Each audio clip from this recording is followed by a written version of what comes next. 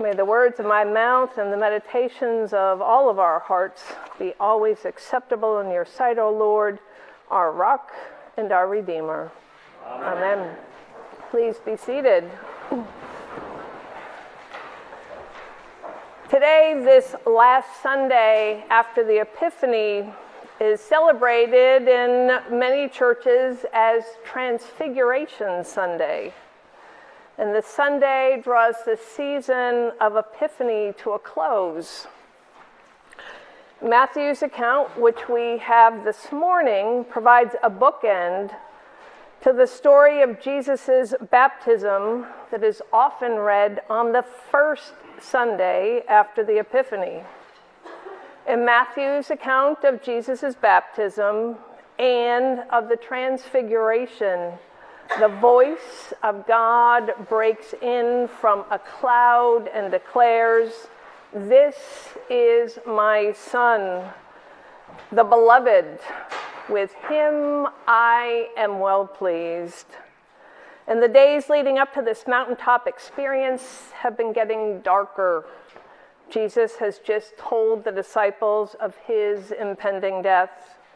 And the days following Jesus' transfiguration will continue to grow even darker as Jesus starts on the road to Jerusalem.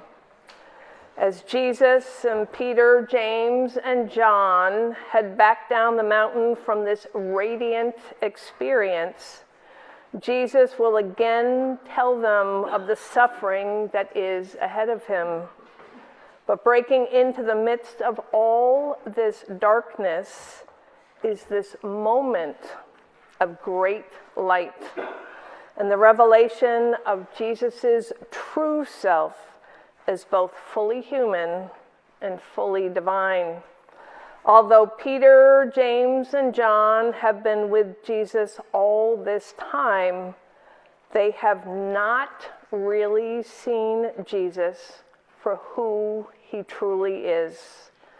As Peter is still speaking, still carrying on about erecting 3 booths for Jesus, Moses, and Elijah, a bright cloud suddenly overshadows them. And out of this cloud, God declares Jesus as my Son, the beloved. With him I am well pleased. And adding, listen to him. And this bright cloud is the same cloud which had covered Mount Sinai and out of which God had called to Moses when Moses went up to speak with God and to receive the law and the commandments. And the appearance of the glory of God was like a devouring fire. And this glory cloud has been with God's people at various points in the Bible. It led the Israelites out of Egypt, appearing as a bright cloud by day and a pillar of fire by night. And even when Moses was in the midst of this cloud and asked to see God's face directly, God told him that no one could see the face of God and live. So no wonder the disciples fell to the ground and were terrified when the bright cloud of God overshadows them and speaks to them. And Jesus is transfigured right there, right before their eyes. And there they are, face to face with God. And God, Jesus, touches them, saying, "Get up and do not be afraid."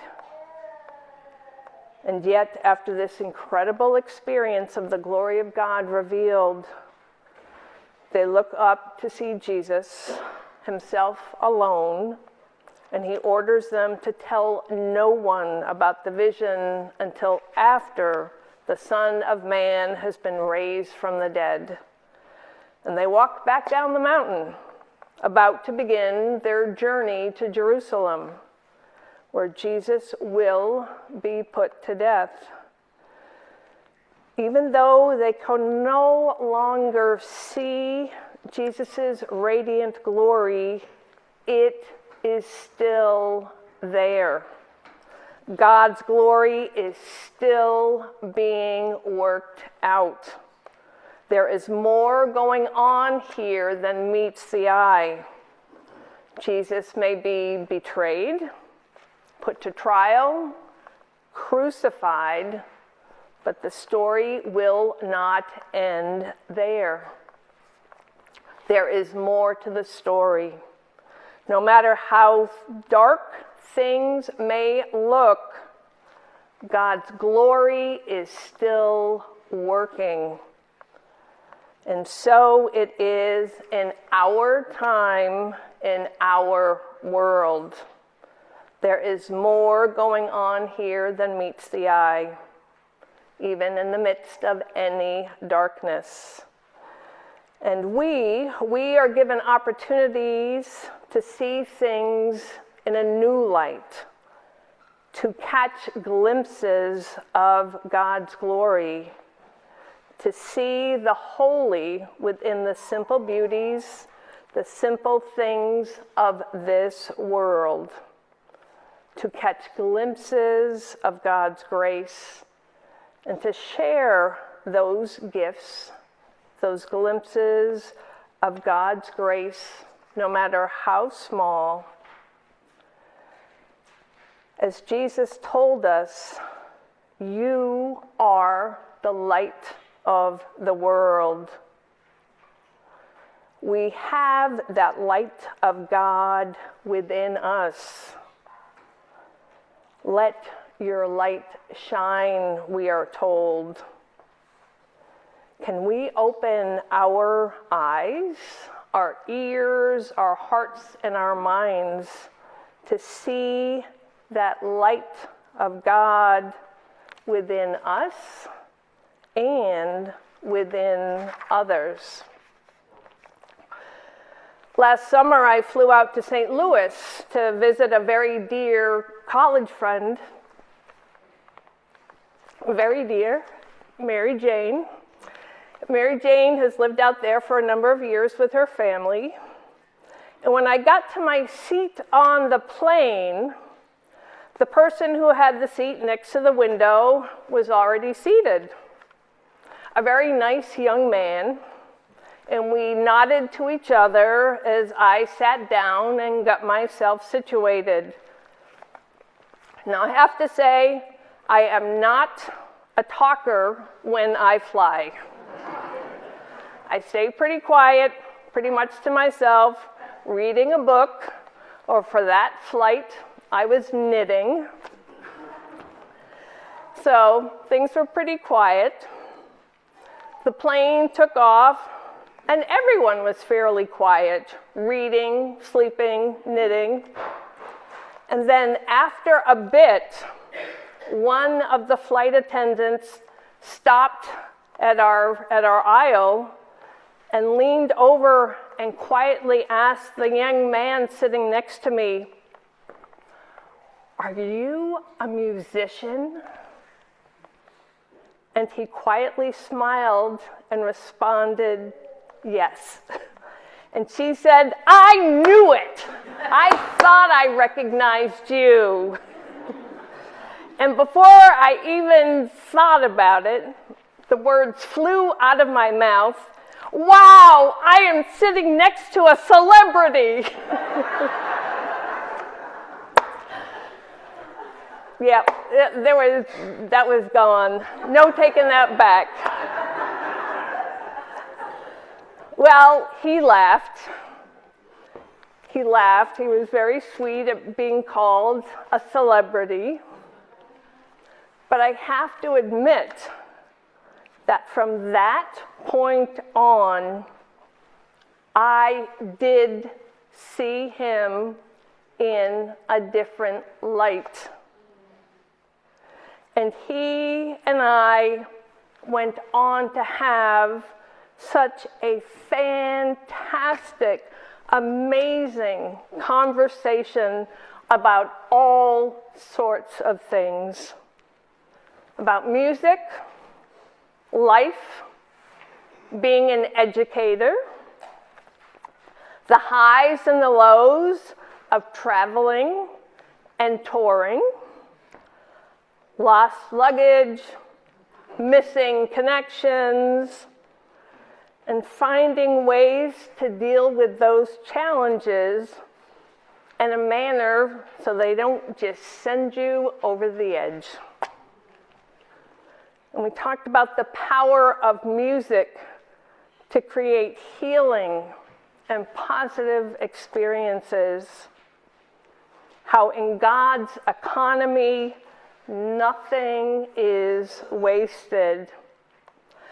And I did share that I had the true gift of knowing some amazing musicians and individuals here. So thank you. I am so grateful for all of you. But again, the power of music to create healing and positive experiences, I think we all know that here. So, I want to give a shout out to Scooter Brown. Scooter Brown, an amazing individual who plays the saxophone, and among lots of other ventures, has toured with Gregory Porter.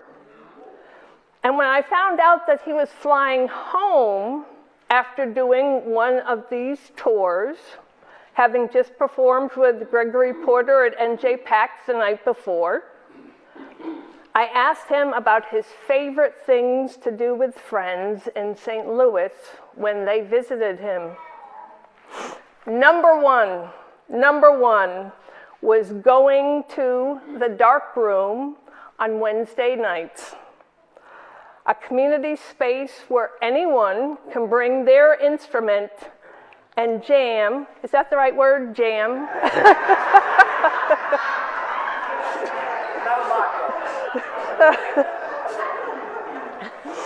Well, get together and play with other musicians when they don't usually play together. I'm sure you all know that. So, Mary Jane and I went to the dark room that Wednesday night.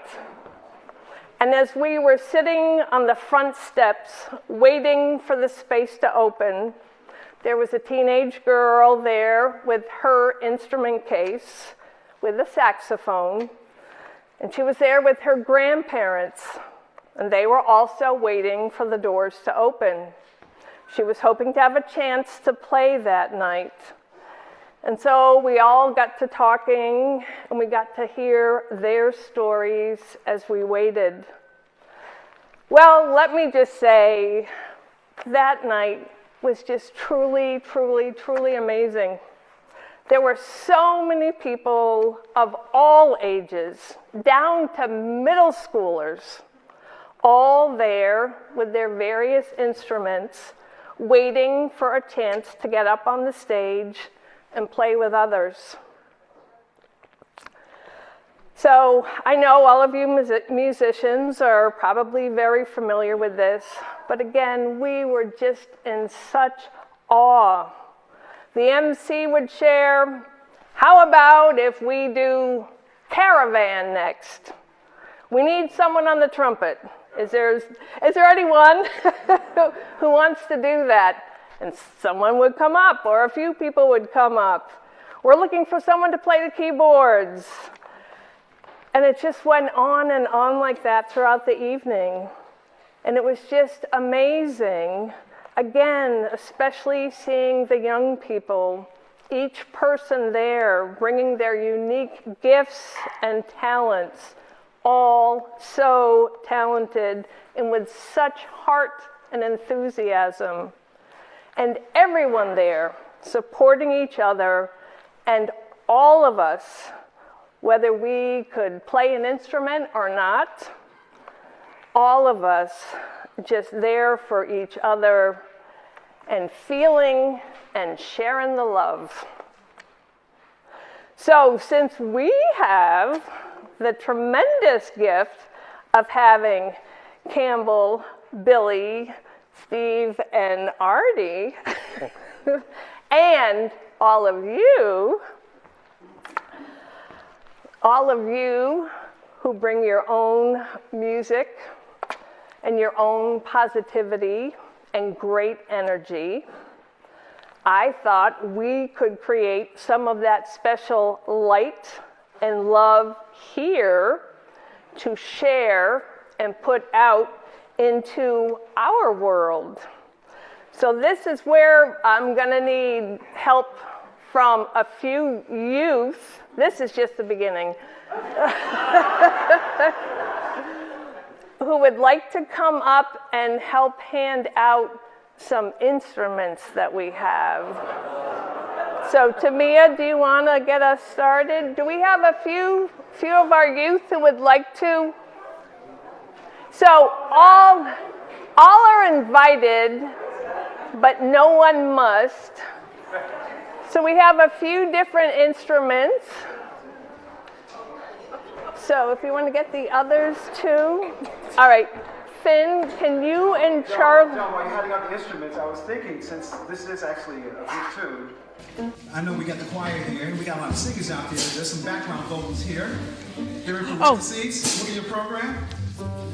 Do you want to take those down and just here? Oh.